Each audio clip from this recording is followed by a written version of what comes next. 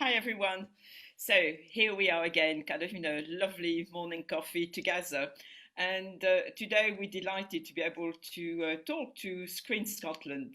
A lot of things have been happening, reorganizations, and now we've got Dani Carlaw with us, adding on to the past team of Mark Thomas and Leslie Finlay, who used to be also a face for everyone. So Dani, we haven't had a chance really to talk to you publicly since your arrival. So it might be a good idea to just kind of tell us a little bit about the new changes, the new restructuring of Screen Scotland, especially what affects the documentary world. Hello, everybody. Good morning. Thanks for being here. It's lovely to get an opportunity to talk to you all. I think what's really exciting about Screen Scotland and this restructure is essentially it's a very positive opportunity for much more engagement with all of the screen sector, and we have a variety of new heads of at the moment that have come in over the past few months. And that allows us to really hone a focus, in terms of what we can, support with. So we obviously have Head of Business and Market Development, Louise Atchison, Sam Brooke Scott as Head of Audience Development, Stephen Little as Head of Production, and Kieran Hannigan as Head of Unscripted. So each has their own team structure. And I beg your pardon, Kieran Hannigan, Head of Scripted, I should say. And of course, myself and Mark Thomas are the team for Unscripted. Now, I know that unscripted can be a term that not everybody likes terribly much because, of course, documentary has so many different levels of scripting and all that kind of stuff. But essentially, it's that term that kind of encompasses everything that's not got very specifically as drama, apart from reconstruction and all that kind of thing to help support storytelling. So essentially myself and Mark are your go-tos, and we are under the kind of the first few months of working together, and we're really just getting an opportunity to speak to the sector and understand what's important, but also to hone the kind of initiatives that we can supply. But at front and center of that is always this relationship building and consistency of relationship building. I think one of the key things that we could supply is supporting the sector in that way. It's wonderful to get projects off the ground, but what happens with your next project? How do we enhance that? How do we move forward with that? It's about having your voice heard as much as possible, on in a consistent way. And I think that's what our restructure is all about, is supporting voices to be heard, opportunities, talent, audiences, looking at all of these things, and that growth, and essentially that's what we're all about. Well, that's fantastic. I mean, it's true the word unscripted is a little bit kind of convoluted, but there isn't an ideal world for describing the range of things that we do. I mean, Mark, you've been dealing a lot with documentary filmmakers, in the current situation. How, what's been the experience of Screen Scotland in terms of supporting kind of documentary filmmakers in this current situation? Thanks, Noe. I mean, we continue to operate our development and production funds, and particularly documentaries has proved, because there's a significant amount of research and not least of all, almost one person filming, depending on the topic. But the opportunities, I guess, that for our support haven't diminished over the last year. In fact, they've in many ways they've increased because of the kind of drive over the summer for us to encourage the development of projects so that they're potentially they're ready for either commissioning through the broadcast or just keeping stories live during this time, so that when inevitably, hopefully, the COVID situation reduces or hopefully goes away completely, there are projects that aren't starting from scratch. They've had a lot of kind of time. Inevitably, archive-based projects are a lot easier to develop it during these times where you're not having to step outside your house. Edits are happening all over Scotland. Editors are being set up in their own homes. So I'd like to think we've responded positively, and the sector has where projects are supportable and able to be made safely are continuing to do so. A lot easier than the feature dramas that require significant infrastructure, and until recently waiting for the government kind of COVID bond support, which smaller scale documentary shoots or research doesn't require. And I mean, Dani, I mean, there's been a lot of kind of, funds, well, being made available during the last few months, linked to, to try to kind of, help filmmakers financially over COVID. Is this something that we can count on in the future? Or, I mean, anything that you can tell us about how financially we're going to go on supporting filmmakers? Well, I think we have to be, have a strong overview in terms of as much as we can in terms of supporting the sector. And I think, we've been very nimble at doing that. And where there is a need, we will absolutely come together and look at how we can support. Yeah. And I mean, maybe Mark, you can tell us a little bit about kind of, how people kind of, approach you for funding. I mean, what kind of dialogue do you establish with filmmakers from the first meeting to then during production? Sure. I mean, we're available to time permitting, of course. Everyone's very busy, but we're available to chat as early as is really required in a project. That doesn't mean to say that very early on there's an immediate opportunity for funding or funding immediately. But happy to talk at a very early stage. Even if you're a first-time filmmaker, we can point you in the direction. I mean, if you're a first-time filmmaker and you're currently here, you already know SDI, who are one of our partners who we work strongly with talent development, particularly in documentary. But happy to talk to first-time filmmakers. Happy to talk to projects at any real stage in terms of how to then go on to access the funds. Our film and our broadcast content development fund that works for documentary and unscripted projects really requires a direct approach from our producer. So if you're a filmmaker that doesn't have a producer, we can talk to you about that. If you're a producer, it's really just about, as you say, starting that dialogue. The application process is expected from a producer. We would hope to see who your team around you supporting the creativity, because it's one thing to have a great idea for a film. It's another thing to be able to put together the finance and get it to audiences. But as early as you require, we can start talking to you and point you in the right direction if it's not immediately supportable by us. But we can also tell you this is what we would need to see were it to be supportable by us. But we always encourage that rather than putting in an application having not talked to us first, because that's often kind of the wrong way around. And what about kind of young filmmakers coming in with no producers? I mean, how do you deal with them?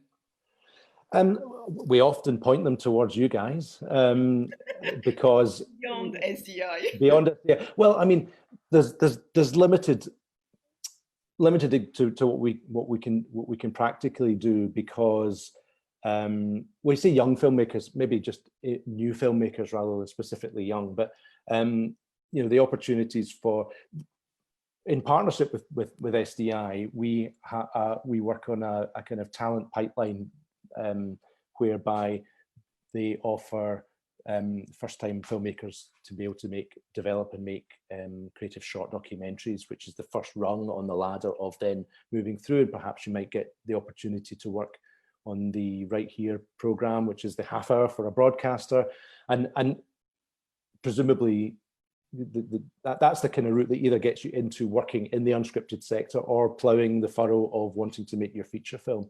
But very, very early potential filmmakers in their career.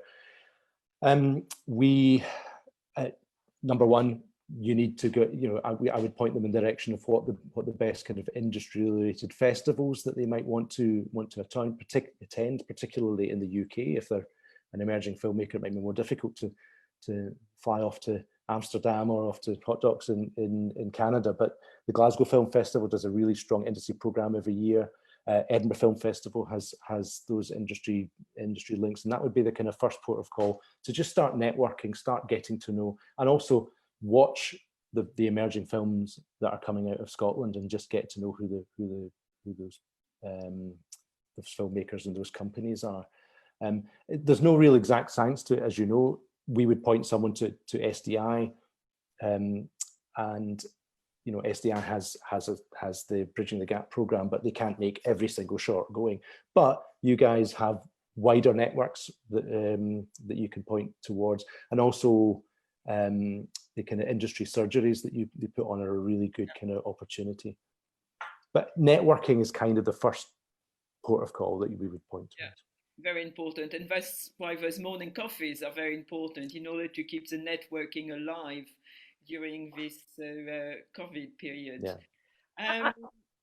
If I could just follow on from that, I mean, I think absolutely, I totally agree with Mark. And what I bring, front and center is a huge range of experience with broadcasters and Scottish indies. There are very few I haven't worked with or had connections with across my career, and that's the same with the broadcasters. So what I bring to the table is a huge kind of Rolodex of contacts. So when I speak to young filmmakers, or we're looking at projects, Mark and I, etc., this is all about matchmaking. It's all about that kind of thing. So we often have the opportunity to say, actually, have you thought about this, and what about this person, and how about connecting here, and have you thought about taking your project there, that kind of thing. I think that's really important, and I think that it's so key now to that cross-pollination, and there's so much kind of experience, I think, that's really important. I used to make kind of quite heavy science documentaries for BBC One and BBC Four in particular. And once I'd finished one of them, I was very lucky to have a relationship with Raise the Roof Productions, and I would go and make lots of crafting series. I'd series produce that, and that was a delight to have the yin and yang. Sometimes I think it's really important, and we have such a varied sector here that we can to take opportunities from.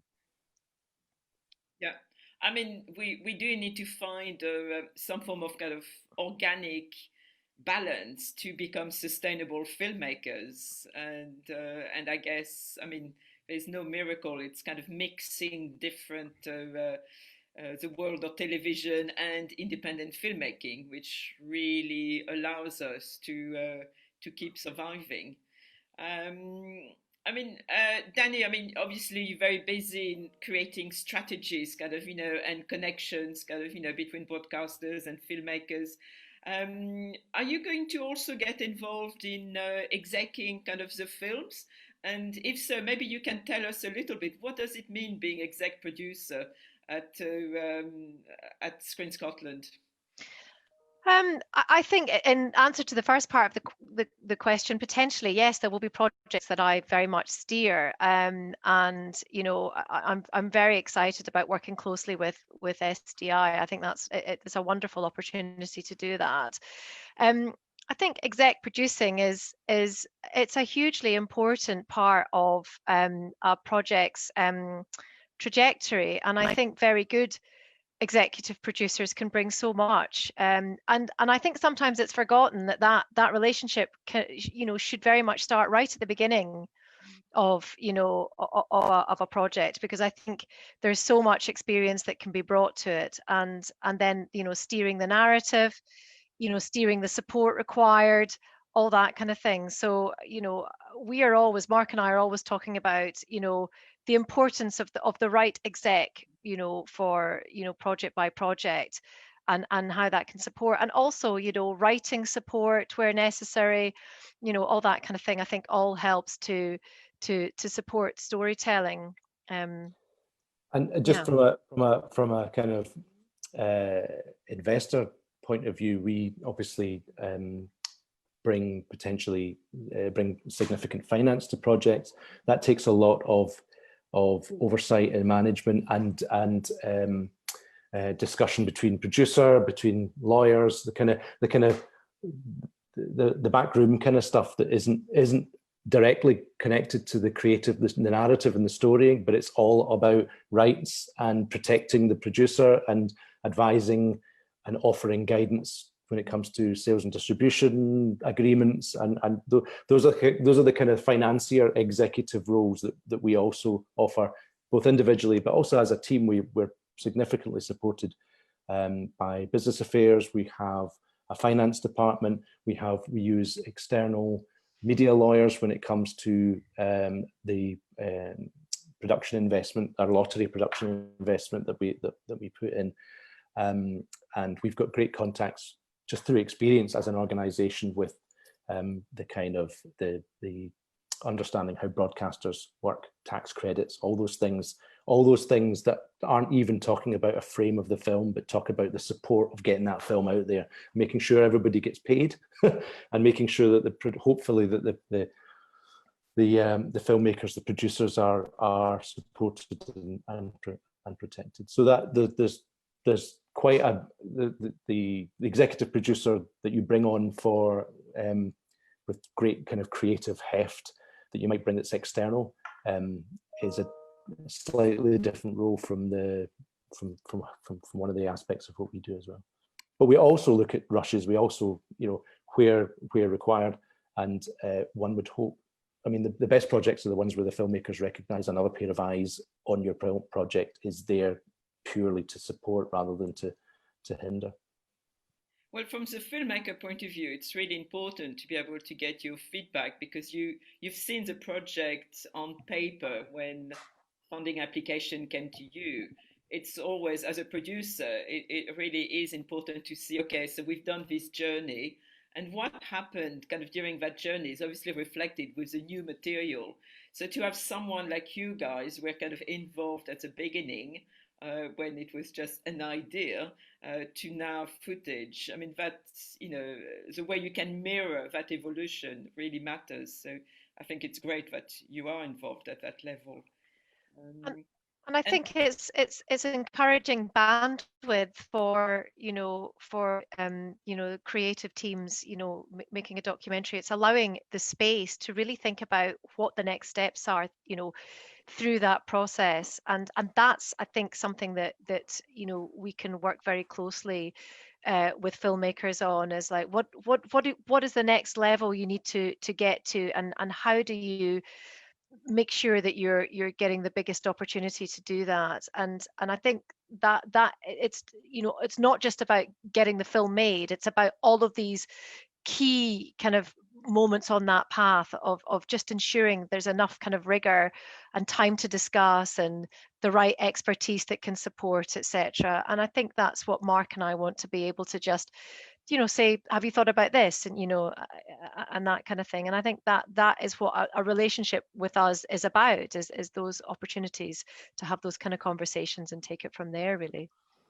Yeah, and that is very important, because I mean, when we're doing co-productions with broadcasters, the dialogue is slightly different, because in a way, the broadcaster is very much kind of defending a position, a form, a language adapted to their slot, which is not necessarily the language that especially creative documentary would like to use. So the dialogue is a bit more kind of, you know, who's going to hold on to their, you know, to their language the longest, really. But, you know, with Screen Scotland, we feel that, you know, we're in a different territory there. We are in a territory where we feel we are encouraged by you guys to kind of keep pushing that language kind of, you know, beyond just the mainstream approach. So to know that we can come and say, oh, you know, let me know, what do you think, as an open kind of discussion, really is very, very important. Same with kind of, legal questions. I mean, that's a weakness amongst kind of independent filmmakers, just because, not having the capacity, not having the funds in order to go and talk to kind of a lawyer, etc. I mean, I know people do approach you with, with direct questions about kind of, legality of things, recoupments, etc. I mean, how much time, how much support are you able to give on that? I guess, I mean, if it's a project that we are directly involved in financially, then as much time as it requires, because it needs to be right. And we've got a team behind it. It's not just my opinion or Dani's opinion on something. It has to be said that always encourage and expect films that are being made to have their own legal advice. We can't give direct legal advice, but we do have access to business affairs. That business affairs can advise. Obviously, it protects the public money that we're putting in, but it also offers a platform for making sure that producers are on the right path. Not some producers are very experienced, some not so. So it's really a resource that we can offer. We've got a newly in place, as Dani mentioned, a head of production, Stephen Little, who's come to us recently. That's a fantastic extra bit of resource that we now have that can look at schedules and budgets with the eye of perhaps more of a producer eye than I have, and advise very early on in that process where the pitfalls might be or where the savings can be made. It's just offering that kind of bed of support. So when the film is, as I say, that kind of backroom engine of the film needs to be as robust in its makeup as it is on screen. Chain of title needs to be all in place. It needs to be all investors need to be talking to each other and understanding what we're getting and what their expectation is. I mean, it's interesting what you said earlier, that we are not commissioners. Like we don't go out and say we need a film like this and here's some money to make it. We take projects on an application basis that meet the elements of criteria that is published. It's no point talking about just now, but it does allow us to support the vision more than direct the vision. But we can also understand if you've got a broadcaster, most documentaries will have a broadcaster finance in there somewhere, either an acquisition or potentially a significant commission. And we recognise the importance that commission holds for the broadcaster. So being able to kind of be an extra, sometimes we're in between the two, just smoothing the way a little bit, because no one's going to give anybody, broadcasters are not going to give a filmmaker free money to go off and deliver something they've never seen before. It comes with strings, and it comes with strings because the broadcaster understands its audience. Without an audience, you don't have a film. Well, you do have a film, you just nobody watching it. Yes, that's another story. So early on, just kind of before we let people in, we started kind of chatting about Brexit, and of course, kind of Europe is very much on our minds right now, and IDFA just kind of finished another fantastic space forum where normally we go into looking for co-producers, collaborators from kind of abroad. I mean, how do you see us kind of, filmmakers, how can we carry on kind of planning and collaborating with our European colleagues?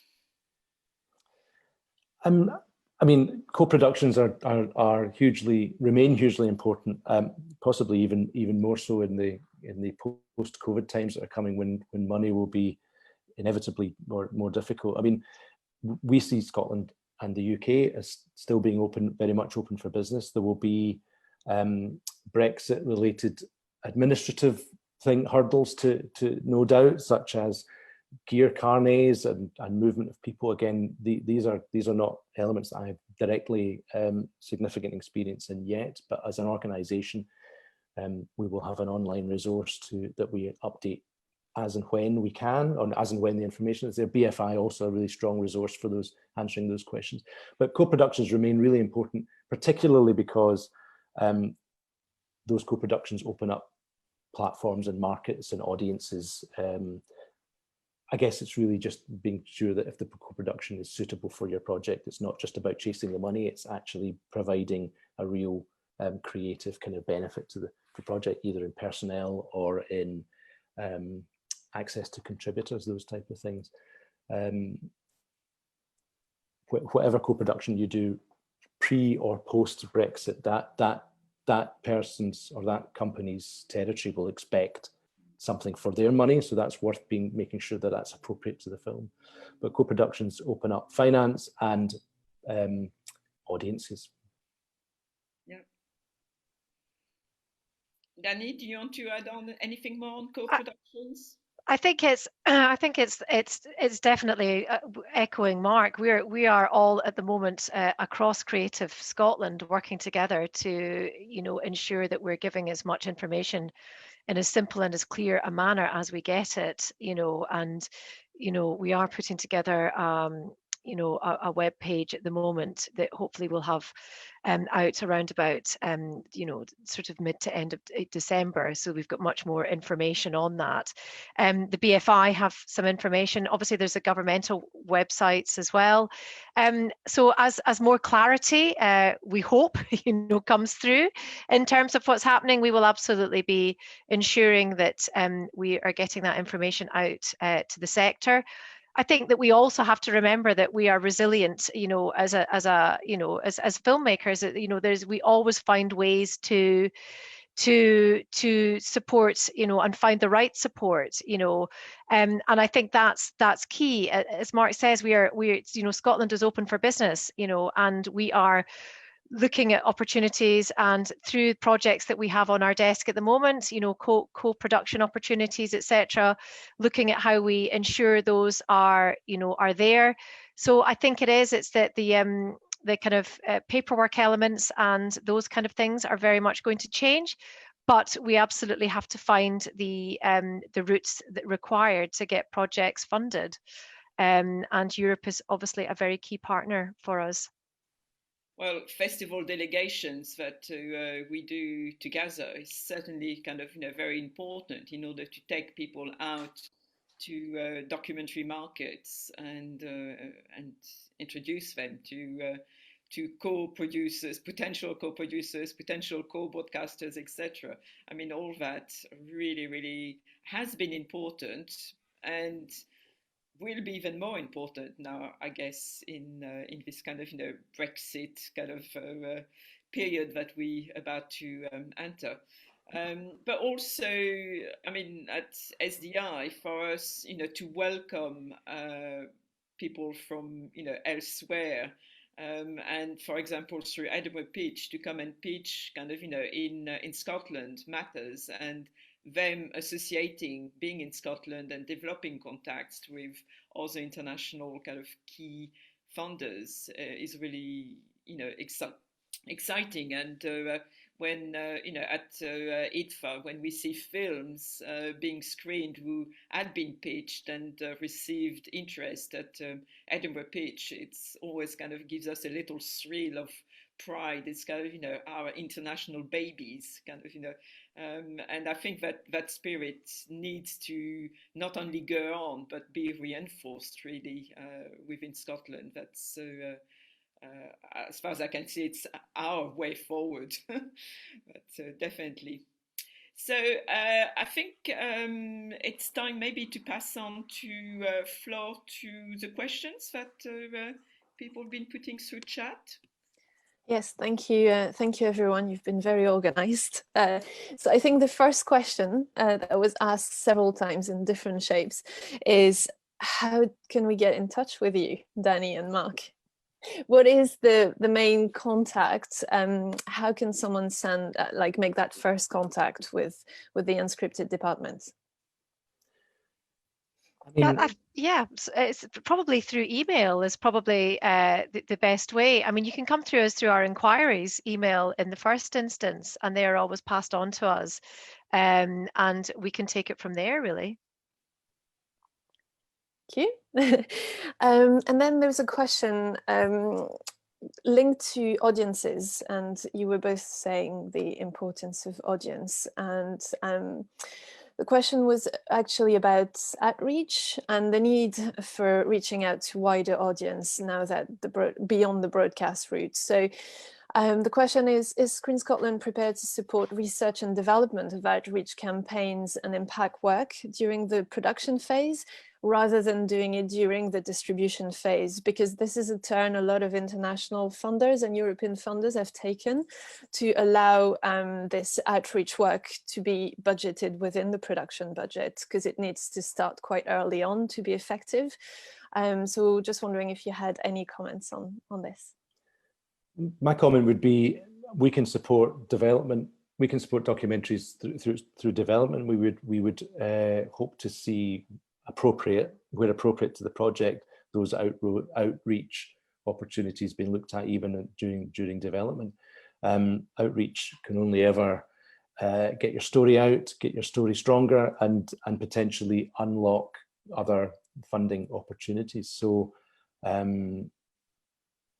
I'd much rather see in a development application what the plan for outreach is, rather than a budget line. But absolutely, I'm not aware of us not supporting research and development of outreach particularly, and it just needs to make sense and also be being carried out with the right kind of experience. Unless I'm speaking out of turn, Dani? No, absolutely not. No, absolutely. Great. So then there's a question from Martin, congratulating you, Dani, on your new role. Thank you. And given your previous experience, Martin was interesting to see the development of Screen Scotland's relationships with UK and Scottish broadcasters. He was wondering what the vision was for this side of your support and funding when it comes to broadcasters. Well, we have a number of, memorandums of understanding. We have a very strong one with the BBC. We work closely with Channel 4, and we've just released a Sky Documentaries, initiative as well. So these are the kind of bigger initiatives that hopefully supercharge already held relationships with broadcasters, but also gives the opportunity for new ones to start off the ground. And it's all about starting with a proposition, depending on what the initiative is about, and allowing more relationships to flourish. But we also obviously work closely with broadcasters on a project by project basis. And we also support slates of projects as well through our Broadcast Content Fund. These are a number of ways that we work closely with broadcasters. But we are all about, opening up new market opportunities. And I think the Sky Documentaries one in particular is a hugely interesting one, because it is all about, documentary storytelling. If anyone was on the briefing last week, you'll have seen from Poppy Dixon the importance of that. I think that's always something to take away, that it all starts with that story and character and a narrative, essentially. So we're very much working with the main broadcasters and others out there. And I think when you look at, there's been a new strategy announcement from Channel 4, and very much front and center of that is strategic partnerships. And that's where, a screen agency like ourselves, can very much be part of that. So I think this is a hugely positive time with the broadcasters. And I think we are in a very positive position, having the BBC Scotland channel, etc., and a very strong relationship with them, that we can enhance and indeed, grow. And from that, there has been opportunities where projects have been able to be seen on network BBC 2, BBC 4 and the likes as well. So there's a lot there to be positive about, I think, where the broadcasters are concerned. Dani, can you explain a little bit more about the strategic partnerships with broadcasters? I mean, what does it mean in practice? Well, in practice, it's essentially looking at, what market opportunities there are. Sky in particular, it was about opening up Scotland to Sky. For Poppy and her team, a lot of the time it's very much that you pitch them. That they don't do a lot of out to the market,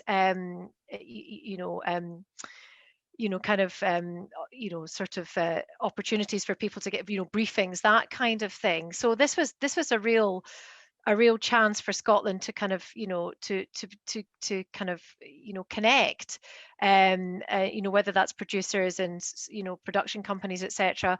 So I think we're looking for those opportunities, and that's where, head of business and market development, Louise Atchison, comes into her own, is looking at where those opportunities lie. Another scenario is with BBC Two and BBC Scotland Channel, is that we have an 8-part series, 8 hours, lightly formatted. It's a Nations and Regions initiative that's happening across the UK. And we are part of that. There's 8 parts, an 8-part series on the table, all about returnability, something along the lines of This Farming Life or Saving Lives at Sea, that kind of precinct-driven documentary series. That's just been announced, and they were looking for a window of opportunity to enhance relationships across the nations and regions, and that's where we can come in and support and that development side of things. And I think it's very important to say that looking at these initiatives, we've just had one with Channel 4 Daytime as well. What it does is it allows, companies and producers to take an idea, and then, if there is something there that the broadcaster really sees, there's a chance to work closely with commissioners to really enhance, that proposition to the point of whether it's a pilot initiative, or the likes, or straight to series. There's a chance to work with them and also just open up that dialogue. So I think they are tremendously positive. Great. Thank you. We have a question about theatrical release, actually, for a feature documentary, and with the current situation and the rise of streaming platforms, how do you see this challenging the way you treat and you deal with theatrical documentary? I think that's one for Mark. So say the question again, just what are the challenges? Yeah, what are the challenges, and is it changing your approach to the way you're dealing with theatrical documentaries? I mean, inevitably it will. I mean, it really should be changing the approach the producers have to their films, and then kind of coming to us as well. It kind of works both ways. But I suppose the question is also, can a documentary still be considered theatrical if it's not going to hit the cinema, but still is going to have an ambitious festival life and go on streaming platforms after? Potentially. I mean, it certainly would be feature length. There are still sales and distribution companies out there looking for content, and you would find them most readily now at the festival. So a festival release strategy is not one to be sniffed at, particularly if it's a really strong one. It is really tough at the moment. The streamers are pretty heavily into feature length films. You'll find the Netflixes with the appropriate films will allow for a theatrical window, because they understand that drives audience. The kind of the awards and the word of mouth drives audiences to their channel or new subscriptions. But inevitably it's going to change, and that's something that we also need to look alongside, where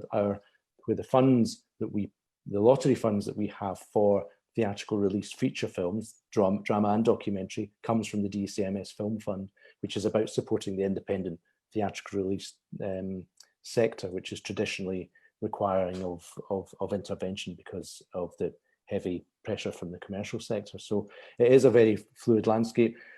Not least of all, there are, at the moment, cinemas are largely closed. So to try and end my long waffly answer, which clearly doesn't have a particular answer, I'm just kind of talking around it, is, well, the landscape is changing all the time.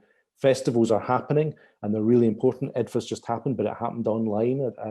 They may have had a small in-person kind of cinema release they talked about. I'm not sure, I wasn't there. But festival releases gets your first audience. So it is important. Particularly it can launch, particularly for first and second time filmmakers where they don't have a market presence. They don't have a string of hits behind them for the distributors or sales agents or sales companies to already kind of get a sense of. And those kind of festival launches in a less COVID era are still really important. But it has to be said that that's not the beginning and ending of what we want to support. We want to see these films having those critical successes, but also reaching audiences. But as the tide turns and those platforms are more likely to be the bigger streamers, then we need to adapt to that, sure. Thank you. Then I have a few questions that are very much COVID related. So one of them was, have you seen like more self-shooting projects, like arrays of self-shooting projects during the pandemic? And is the team working with a team and having a team in place a big requirement, or are you a bit more open to self-shooting project? And there is also someone asking if they can presume that people who are in tier 1 in Scotland should pitch productions ASAP due to the increasing lack of content. I think with self-shooting, from a broadcast perspective, self-shooting has always been, something that depending on, the project itself is positively received. We have a number of projects going through our broadcast content fund where there is a lot of self-shooting involved. I think in terms of COVID, the thing initially that I was aware of, that there was a lot of iPhones being sent out, for interview-led, scenarios that were jacked up to a cloud scenario where you could, the material could be recorded to. That was one of the first ways it was done. I think for a lot of projects that, particularly for Channel 5, that needed to get out, quickly, transmission-wise. I think it's following all the COVID guidelines, etc. Is obviously key in terms of parameters with filming and the ability to film. We are very much in close contact with the Scottish Government along, in terms of guidelines and all that kind of thing. And at the moment, it looks very, very much like, for the most part, production is very much underway under the sort of strict COVID guidelines that are required. And the tier 1 question, I wouldn't rely on the tier structure when it comes to your film, or necessarily apply to us when the project's it's most suitable for development, and we'll talk. Absolutely. So next we have a question from Callum, who was asking what were the most common ways Screen Scotland would see funding a feature documentary, and that sits alongside your funding. So which other funding partners would you expect people to have in place? Or I mean, it'd be good to see. Obviously, we can't 100% fund films, so theatrical films are generally funded by a number of routes. There'd be public funder, us. There's the Doc Society run by BFI. That's a really great opportunity for lottery finance, lottery investment similar to ours, but it's not. It's highly compatible with us. You don't have to have one or the other. You can go both, although they're probably significantly more call for their money in the whole of the UK than ours, which is specifically for Scotland. Obviously, if it's intended for theatrical release, there's an opportunity to get the tax credit. So we'd expect to see tax credit in your finance plan. broadcasters make up a really important element to any documentary, be it a pre-sale across territories or a domestic pre-sale or indeed a commission. There's less opportunity, I would imagine, for private finance on the kind of lower end budget documentaries, but that's a general kind of finance plan that we would happily sit with. Would be other screen agencies, broadcast money, and tax credit. If that answers the question. I'm sure it does. Thank you. Well, I ran out of questions in my little chat box. So if anyone has got more questions, don't hesitate to type them in now. I can see everyone starting. Loads of typing going on. Maybe Dani and Mark, you've got questions to our audience. I wasn't expecting to ask questions. No. Yeah, I mean, I think you know, it'd be really interesting to know, given the kind of the kind of changes we've gone through since March, you know, what you think is important in terms of, you know, documentary at the moment. What do you see as the priorities? That's a good question. Anyone out there wanting to answer?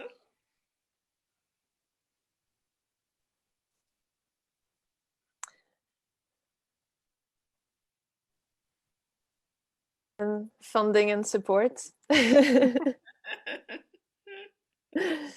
There's a question on, is there a specific fund for documentaries, and what is the amount? What are the amounts you can get from? We have two funds that are suitable for documentary. One is our lottery film fund, which is similar to the same kind of approach as the BFI's film fund and Doc Society's film fund, and that's a £4 million a year lottery film fund that supports development production of both feature dramas and feature documentaries. There isn't a split in that £4 million between what goes to scripted and what goes to unscripted or drama and documentary. It's a £4 million fund, and we have a £3 million a year broadcast content fund, again suitable for development and production, and can support scripted and unscripted, but that's specifically for broadcast content, as it says on the tin.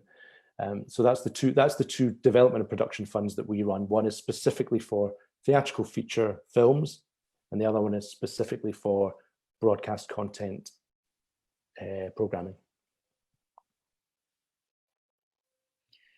A quick question for broadcast content. Does it have to be a series, or can it be one-off as well?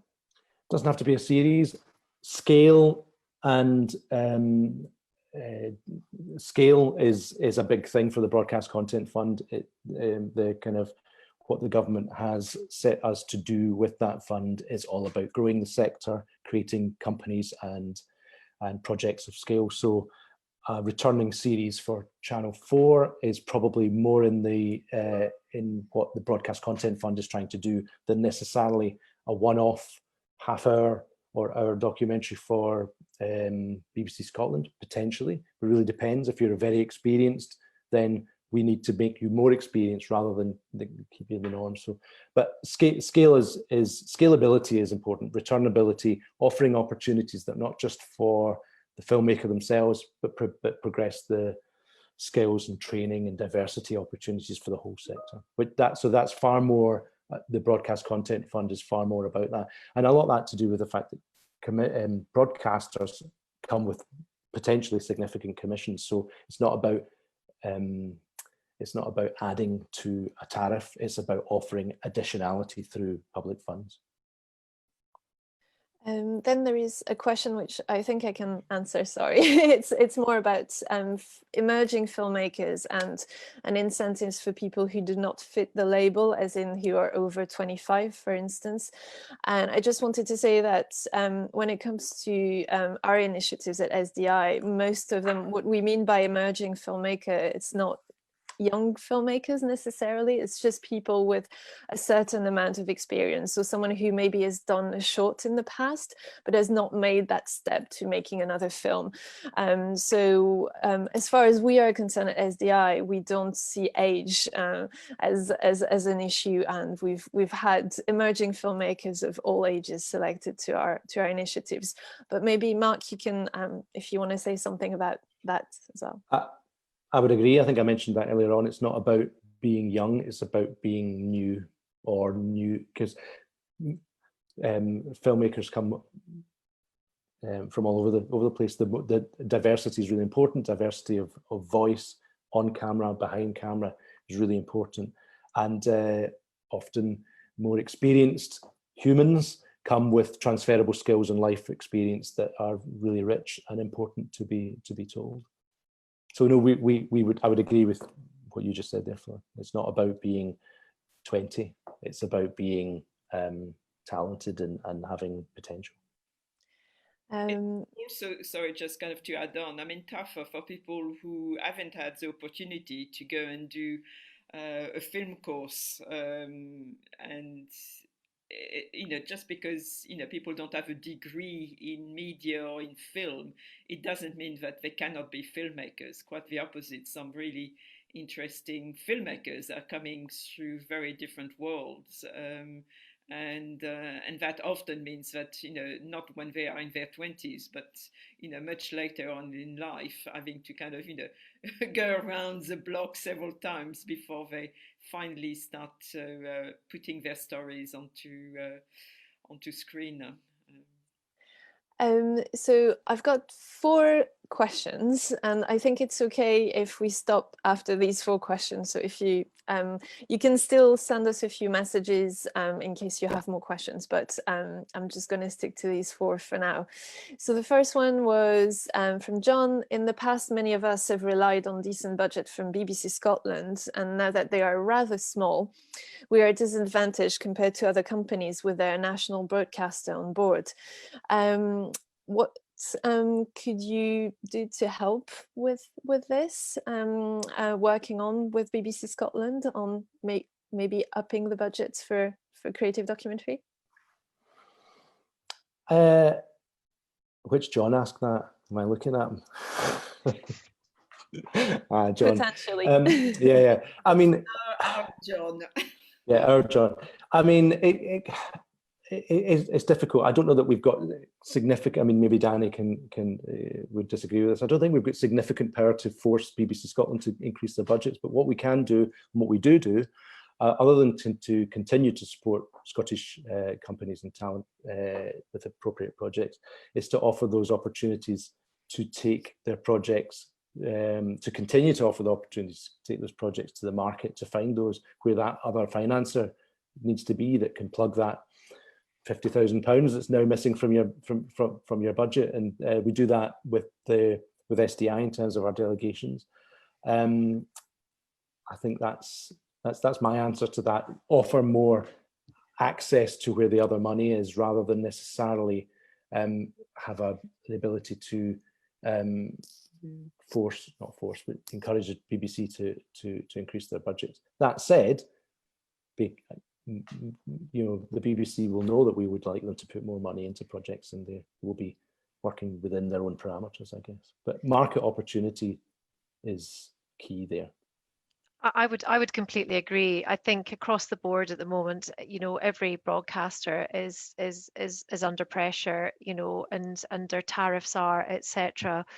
But what we have is we have broadcasters that are listening and engaging with us, and I think that is phenomenally positive. And just you look at the last few months at the initiatives that we have announced and are underway just now, I think that's hugely positive. And what it does is it puts Scottish, Scotland-based talent under their noses. As I say, it's the consistency of ability to get voices heard, and great projects to be seen, and to try and support and keep that going. And as Mark says, we're here to discuss with you other potential financial avenues to consider for your projects. as well. And but something like the BBC Two, BBC Scotland channel opportunity that's come up, the 8-part series, that's phenomenally positive for the sector. The BBC Three, BBC Scotland initiative for the factual entertainment series, again, another great opportunity. Channel 4, Sky, as I say, we've talked about. We will continue to keep looking for where there are windows for those types of initiatives to happen, to allow the sector to basically showcase, the great stories and projects that they have and the talent that are behind that. We certainly want to encourage BBC Scotland to offer and broker the network relationships that would unlock further finance as well, which some of these initiatives that we're doing does involve. I think we're, from a strategic point of view, we need to be encouraging the BBC in terms of what doors that they can open internally, because BBC Scotland and network are sometimes credibly joined up, sometimes they feel that they're perhaps not. We would certainly encourage that. In terms of the Broadcast Content Fund, as I mentioned earlier about scale, network is far more in the sweet spot for supporting projects than necessarily initially just the Scottish territory. Hence why the Channel 4 and the Sky initiative that we're doing is so important. But also for us as well is that within any of these projects, we're looking at enhancing skills opportunities, training opportunities. We are all about additionality, and the amount of times that I have to politely just remind that we're not a top-up fund. We are we're very much wanting to support Scotland and support the unscripted sector and enhance skills opportunities and training, diversity. All of these things are hugely important, and that's where we come in. So it's about that 360.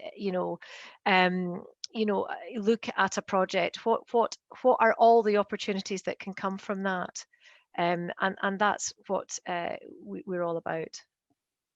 Thank you. Well, John was saying that Sky was a great advance, and Leslie Hills was with us, but she had to go, and she left on a very nice note saying, "My only comment would be to keep contacts live just now. I talk to my German co-producers every week," and that's a lovely recommendation. Yeah. I think. Just, you were mentioning diversity, and we had a question from Callum on this, saying, for very small production companies, in terms of diversity, we know how incredibly important this is. So how can we better reach diversity target? Is there a good resource for finding other collaborators, editors, producers? I can quickly jump in and then maybe let you, because we are through our 50/50 plus Women Direct campaign, we are in the process of putting together a directory of all female and non-binary filmmakers, editors, DOPs based in Scotland, which will be available for everyone to look for crew, but that's tackling one of the side of diversity. So I don't know if you're aware of any other resources. I think obviously there's training schemes, that there's a TRC RAD scheme, that kind of thing. We are constantly in touch with different networks, in terms of the kind of very positive Facebook groups that are growing now for bringing on recruiting and etc. for projects across broadcast. Certainly, diversity and equality and inclusion is so much part of that. I'm very lucky in that the BBC are starting to tag me directly, which means that I can fire out information about potential positions for projects out to the likes of you guys at SDI. In fact, there's one that's come from Women in Film this morning, which I'll be firing out to you guys as well to spread the word on. So I think it's exactly that. It's opening up these networks. Doc Society is also very much a good contact point as well.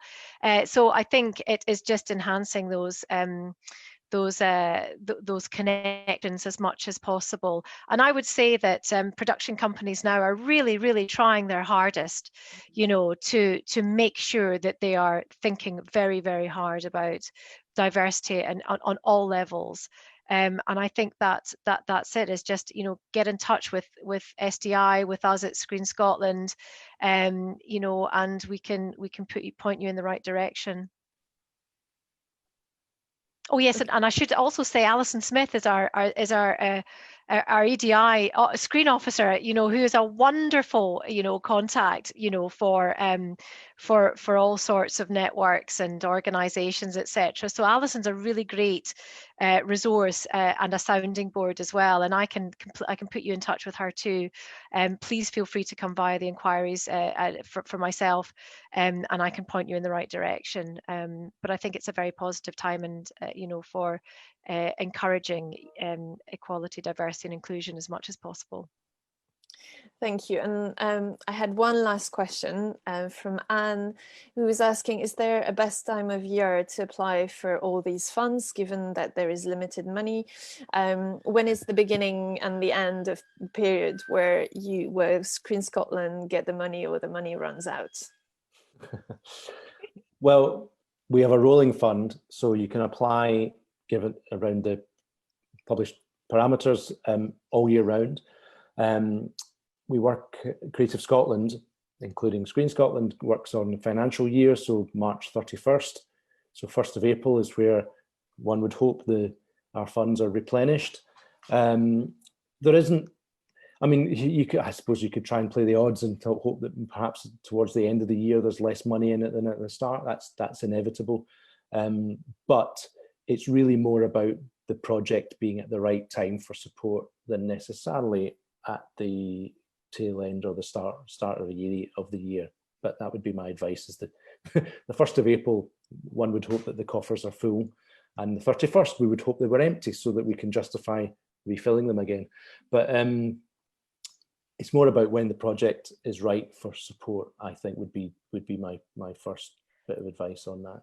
Understanding that, of course, documentaries, if you're making a documentary with a live project, or with an event or something that's going to happen to the characters on the horizon, then you need to factor that in regardless of what time of year it is. And also I mean, you'll all know this anyway, but all our guidelines, etc., are on our Screen Scotland website. And that's just a really good resource in the first instance, just to have a good look at, and to see whether or not, your project is, this feels the right port of call in the first instance. But as Mark says, starting a conversation with us sooner rather than later is the best way forward, so that you get a real sense of where your next steps will be as you go towards an application. Thank you. And I'm just going to end on a message, not a question, from Stephen. He says, I think we should also celebrate how much Creative Scotland and Screen Scotland have been doing to help our sector in these times. So I thought Thank you, Stephen. Thank you. And just on the Brexit point, just to clarify, Creative Scotland does have a page up already with some Brexit information. Screen Scotland will be putting up some steers in the next 2 to 3 weeks. So just that there is information there from a Creative Scotland perspective in the first instance, and BFI is a good resource as well.